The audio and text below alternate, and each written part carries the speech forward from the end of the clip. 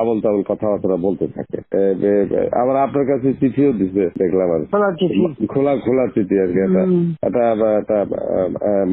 এটা খারাপ আর কি, একটা ইয়ে আর কি। না, খুব উপদেশটা বানাও, আমি এক নজর পড়ে ফেলাই দিচ্ছি। আমার উপদেশটা লাগবে না, এই দেশটা আমার বাপের, আমার বাপ স্বাধীন করে দিয়ে গেছে। আমি জানি এই দেশ আমি চিনি। আমি বাংলাদেশের বসে বসে কথা বলার সুদ করে আবার আমার উপদেশটা বানাতে চোর একটা। ও বলছে গ্রামীণ ফোনের সব ইনকাম গ্রামীণ ব্যাংকে যাবে, যে টাকা গ্রামীণ ব্যাংক গরিব মানুষের সাহায্য করবে। আর এই কথা করে আমার কাছে ওই গ্রামীণ ফোনের ব্যবসা দিয়ে ইউজ একটা টাকা পর্যন্ত গ্রামীণ ব্যাংকে দেয় নাই। আমি 400 কোটি টাকা গ্রামীণ ব্যাংকে দিচ্ছি, 400 কোটি টাকা। ওটা তার অন্যান্য প্রতিষ্ঠানে লাগাচ্ছি আর কি। না, তখন গ্রামীণ ব্যাংক ফাইলে বক্সে ঢুকাই দিই।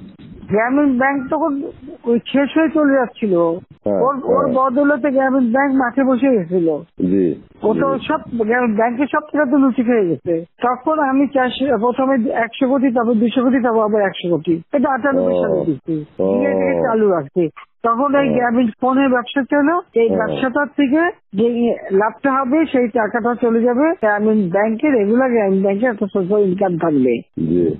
এই বলে ব্যবসা নিয়ে তখন যখন ব্যবসা নাই, তোমায় বলে রাখি, যদি কোনদিন প্রশ্ন ওঠে বলতে পারবা, 51% মালিক হলো বাংলাদেশ আর 49% হলো নরওয়ে কোম্পানি। আর এখন যে দেখো সব সে ব্যবসা নরওয়ে কোম্পানির কাছে, তার নিজের কাছে বোধহয় 10% বা 15% মতন হয়তো থাকতে পারে, সমস্ত সে বেঁচে খেয়েছে। আর একটা টাকা কোনোদিন গ্রামীণ ব্যাংকে এখান থেকে দেয় নাই। আর আমরা সবচেয়ে বেশি ফ্যাসিলিটি তাকে দিচ্ছিলাম, রেলওয়ে ফাইবার অপটিক ব্যবহার থেকে শুরু করে সবকিছুতে তাকে সুযোগ দেওয়া হয়েছিল। ওইভাবেই তো গ্রামীণ ফোনটা তো অন্যদের থেকে সে সবচেয়ে বেশি সুবিধা পাইছে। চোর একটা রক্ত চুষে খাইছে সব। আমি বলছি যে রক্ত শোষা, গরিবের রক্ত শোষা। যে 30% তার হিসাব করলে 30% সুদ হতো। সে যা গ্রামীণ মানুষকে যে লোন দিত, তাতে তার যে কম্পাউন্ড ইন্টারেস্ট যদি আপনি ক্যালকুলেশন করেন, 40-47% হয়ে যেত। দেখে এমন হয়, তাহলে আর লোকের আর কি থাকবে, ও তো গরিব আরো বেশি করে হয়ে যাবে। হিলারি ক্লিন্টনে, তোমরা তো ইতিহাস জানো না, হিলারি ক্লিন্টনে নিয়ে গেছিল যশোরে, তার হাত দিয়ে গ্রামীণ ব্যাংকে ঋণ দেওয়ালো।